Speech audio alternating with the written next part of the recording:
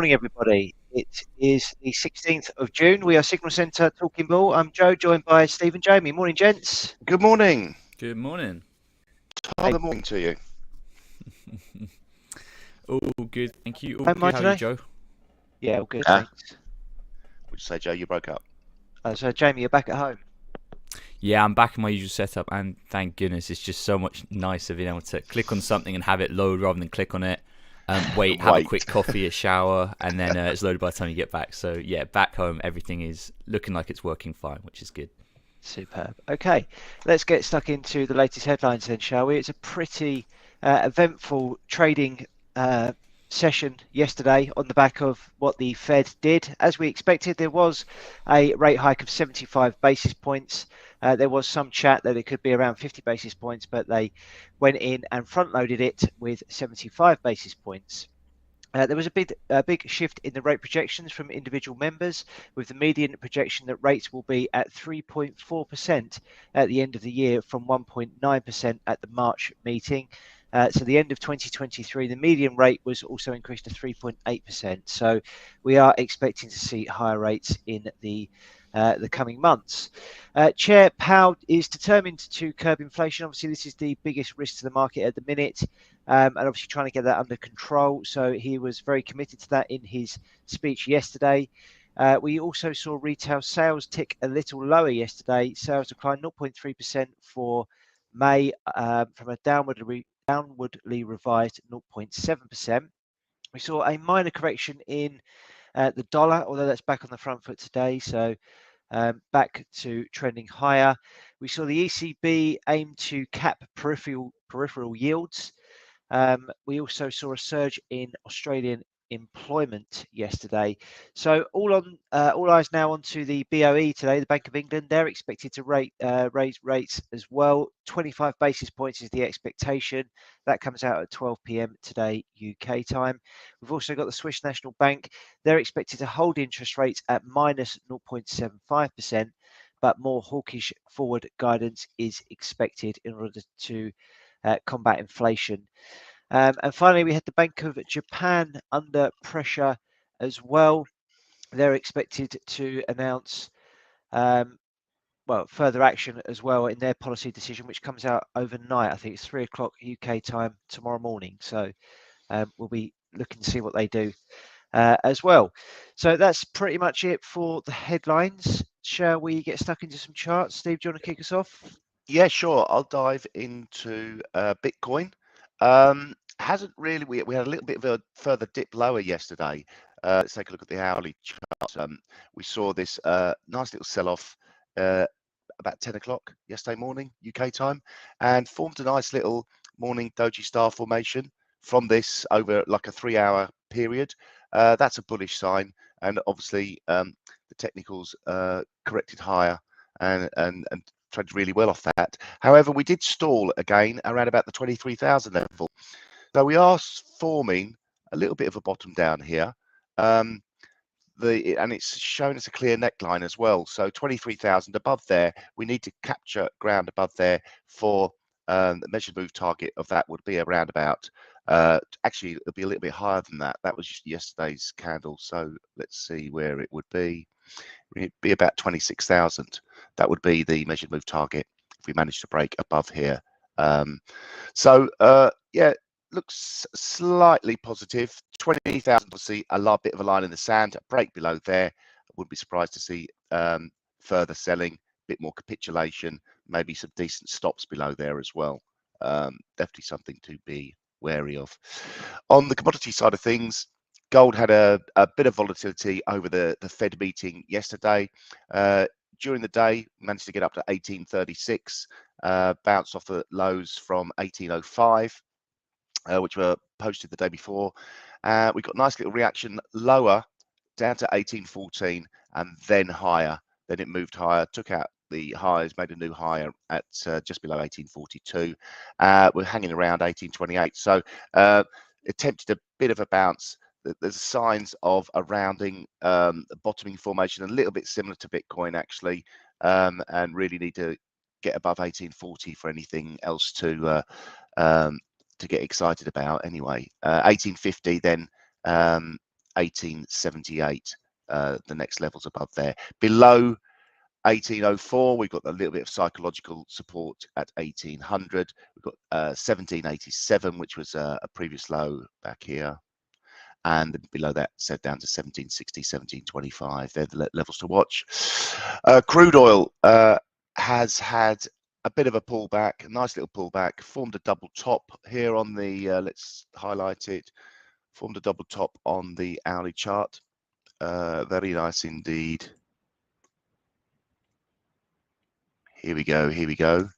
And then let's draw the neckline in. Let's get a measured move target on this. That would be the neckline there. We've broken down below the neckline. Looks like we're maybe coming back to retest. But yeah, pretty straightforward. There's the measured move target on here, all the way down to $110, which is there's a nice little support level just around here that we got to on the 2nd of June. So that wouldn't surprise me again, a little bit double top, clearly a little bit head and shoulders like, whatever, it's a rounding formation on the short-term chart. So crude oil lower in the short term by the looks of things, down to 110 support. Above that, if we get above 121.30, I think the high was back here, then we'll be looking to take out the multi-year high at 126, at least challenge that. All-time high, obviously, remember, $150. That's about it on the Steve, I saw natural gas had a big old move yesterday. I don't know if you've had a chance to check it out. No, have a look there. Oh yeah, nice little sell-off there. Let's take a look. The signals on there. We had this quite nice supportive line here where we got multiple touch points. 1, 2, 3, close to it there, 4. But yeah, just like a knife through butter. That was about 2 o'clock. Don't know what the information was there, but forming a bit of a bearish flag as well. So further downside potentially. Yeah. There we go. I I like that. And measured move target of that. Let's take the pole just like that and extend it lower. And there we go. We're back down to 626. So level to watch is around about 715. On the top side, really need to capture ground above 770 really quickly. Even if we do, actually, it may need to get above there. May need to recapture ground above $8 to sort of fend off this bearish fatigue that's hit natural gas as well. So yeah. Well, let's hope you're right, so we can get our bills down, hey? Yeah, doubt it very much. I'm sure they'll sort of stick a little bit of tax on there to keep the bills high, like they do with the petrol. Yeah. Quite possibly. Okay, thank you, Steve. Let's move on now to FX then, starting off with the dollar index. So minor correction yesterday. I mean, it's a bit of red on the screen, as we can see off the back of the Fed move to hike rates by 75 basis points, but we're back on the front foot again today, up by 0.42% as things stand. So continue to trade at elevated levels, and I don't really see any reason for that to change anytime soon. So still looking to target higher prices. We've got the 78.6% fib level up at 110.25. So still believe it could get there over the short to medium term. So still bullish on that for now.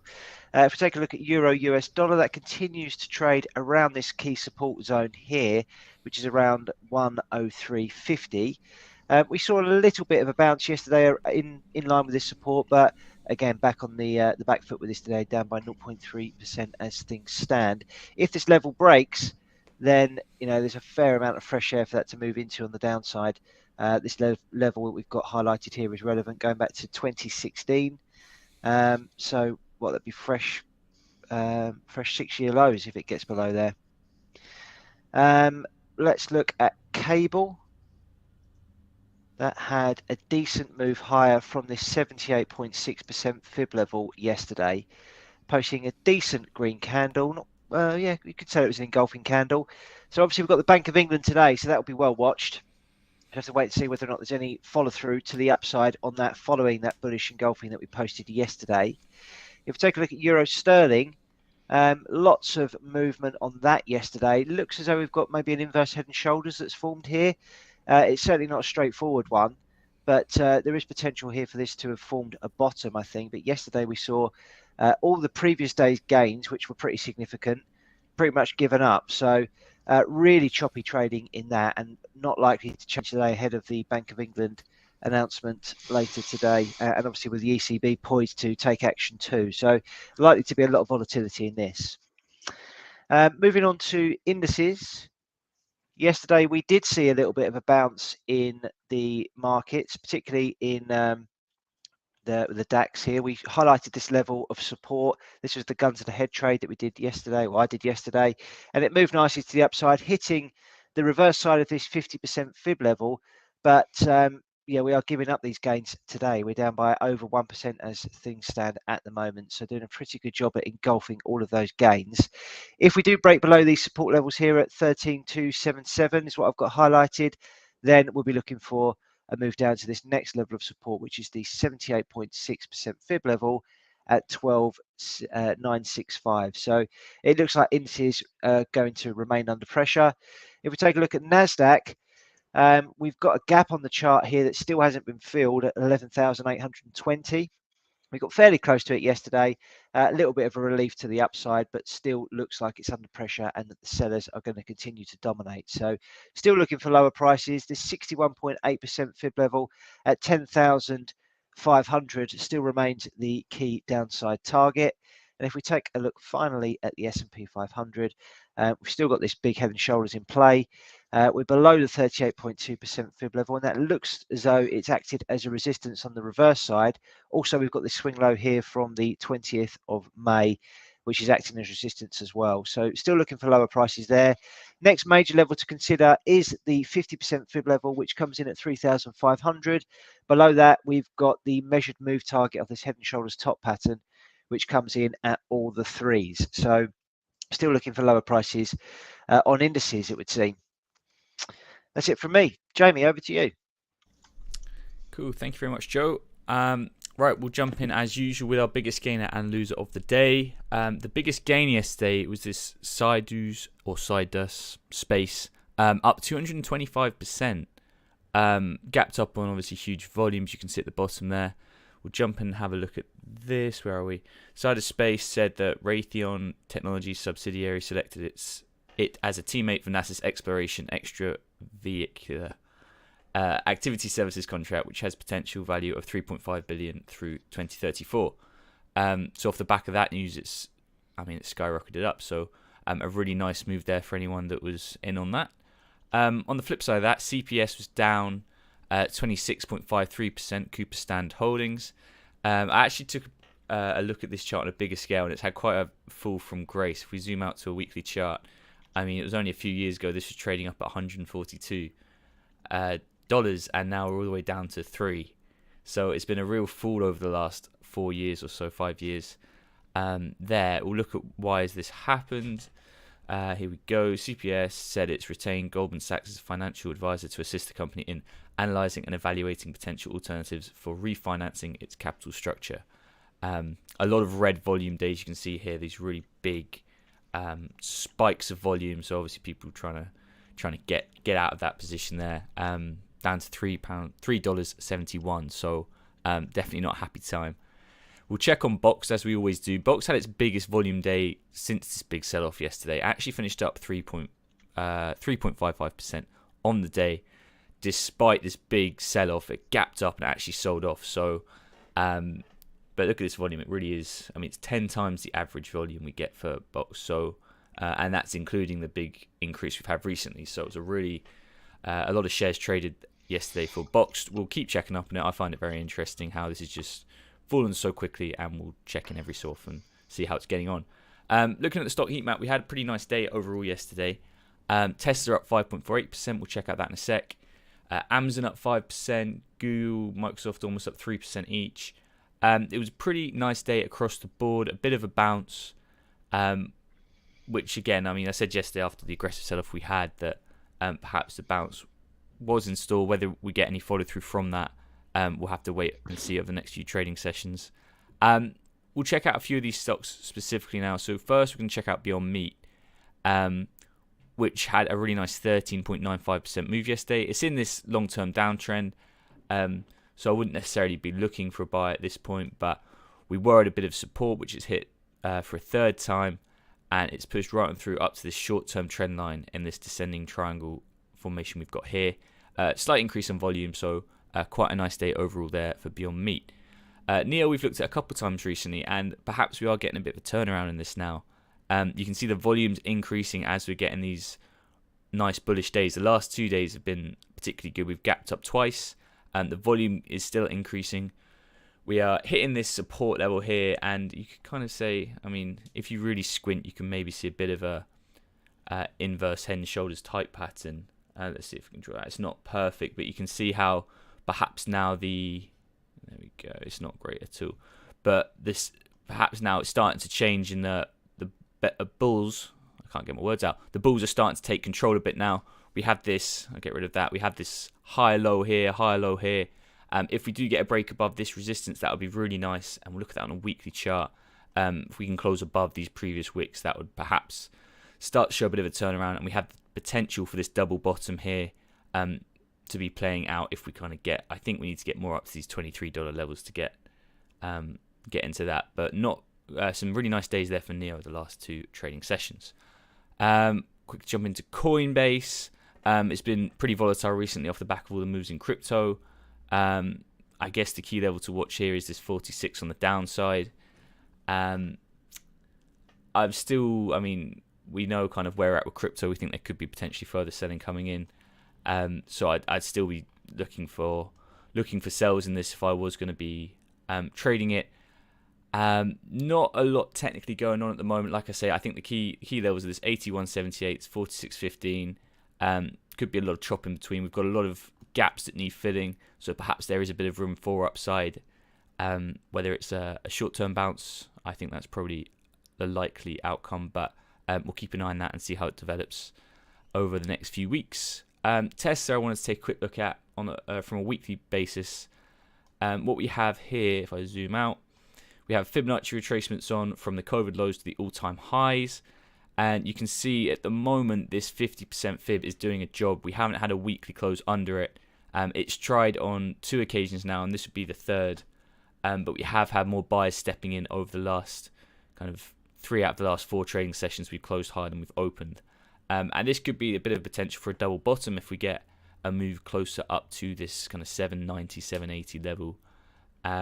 But I still, for the moment, with the general market conditions, I'm still more biased for a move to the downside. So would be keeping an eye on a weekly close below the 50% fib. And I think if we did get that, it would open up this kind of 560 support here and perhaps even the 61.8 fib that we have on the chart.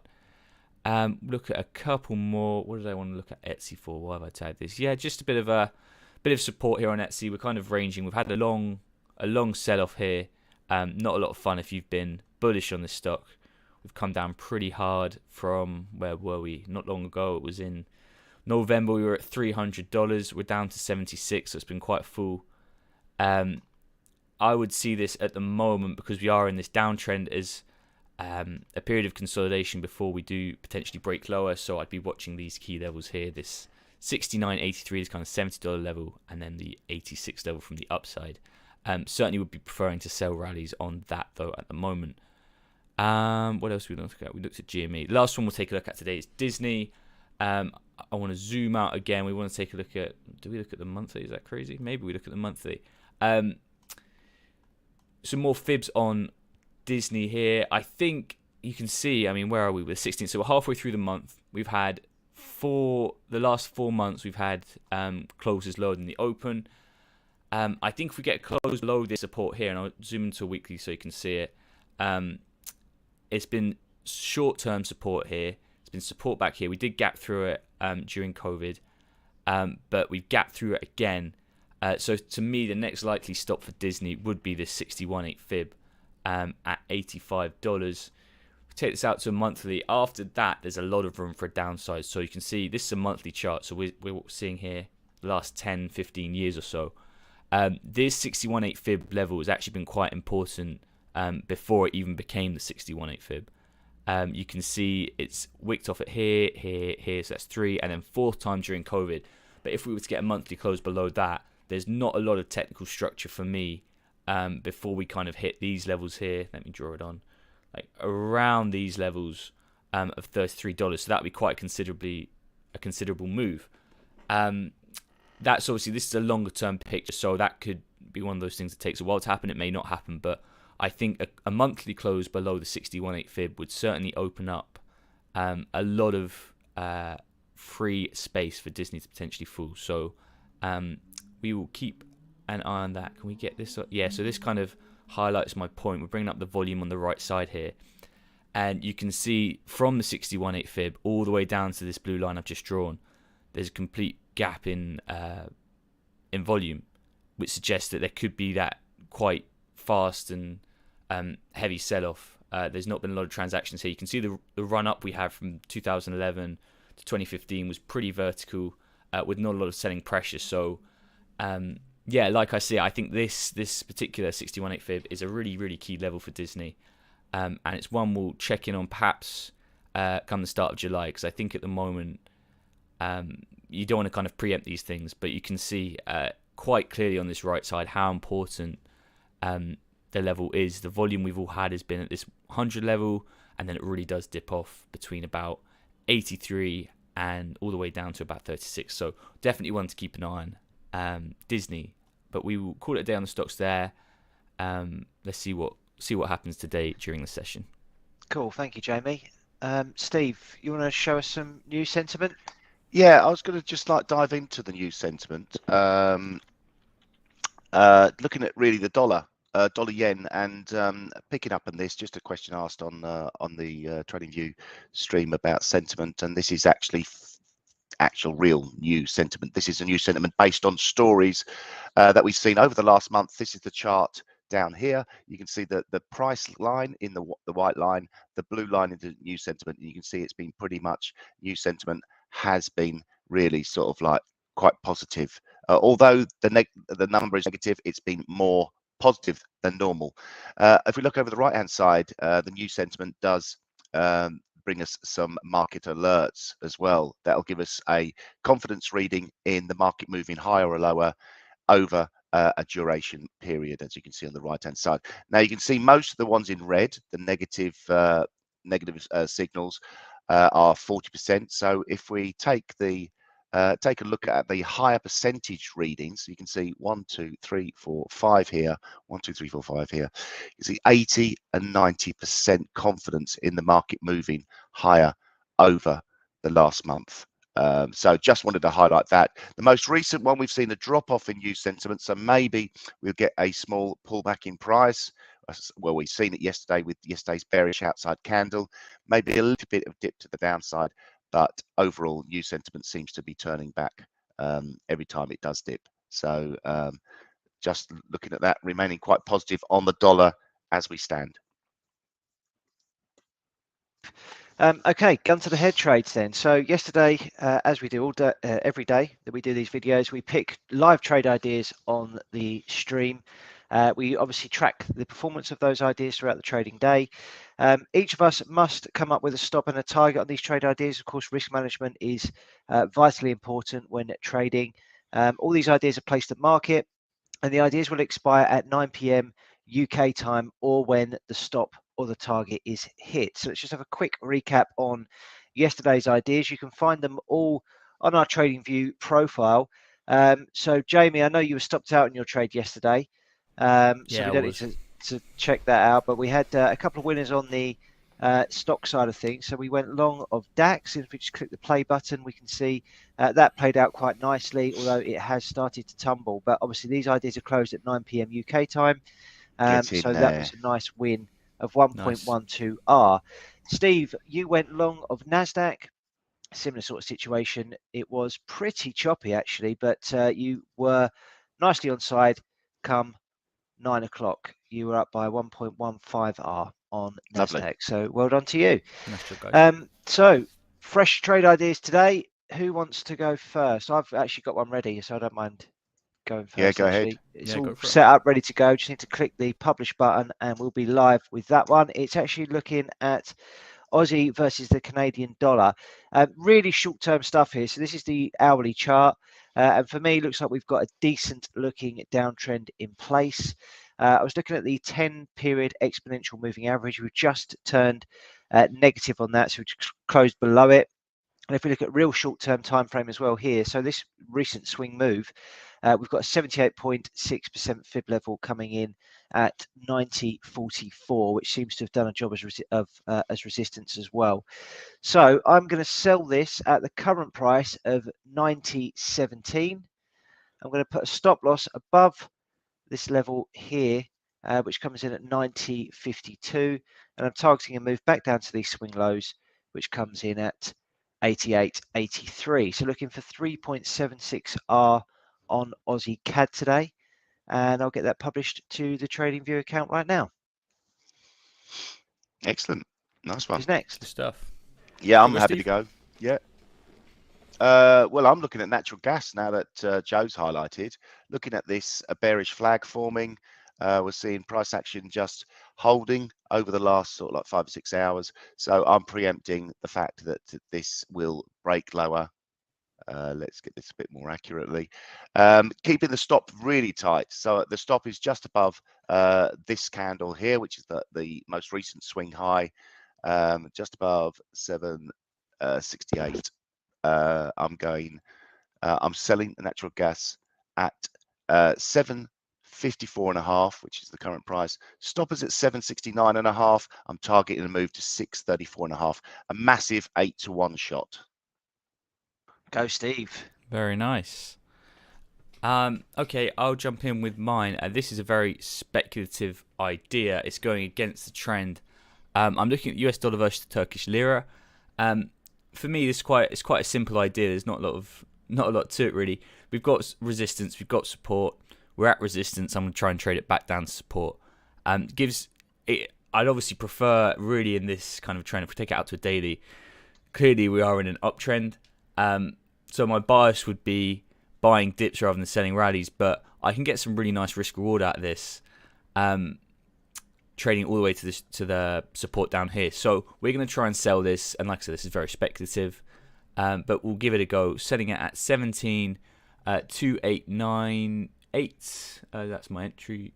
2892. Sorry, let me correct that. Taking profit at 17.1847 and having a stop loss at 17.3214. Trading the range on US dollar Turkish lira. This gives us a 3.25 risk reward. So hoping just for a bit of a pause before I think this eventually does move higher. But hoping if we can survive till 9 o'clock, and I'll bring this in. Where are we? There we go. So just needs to finish in this range before 9 o'clock. So that's what I'm hoping for my trade of the day today.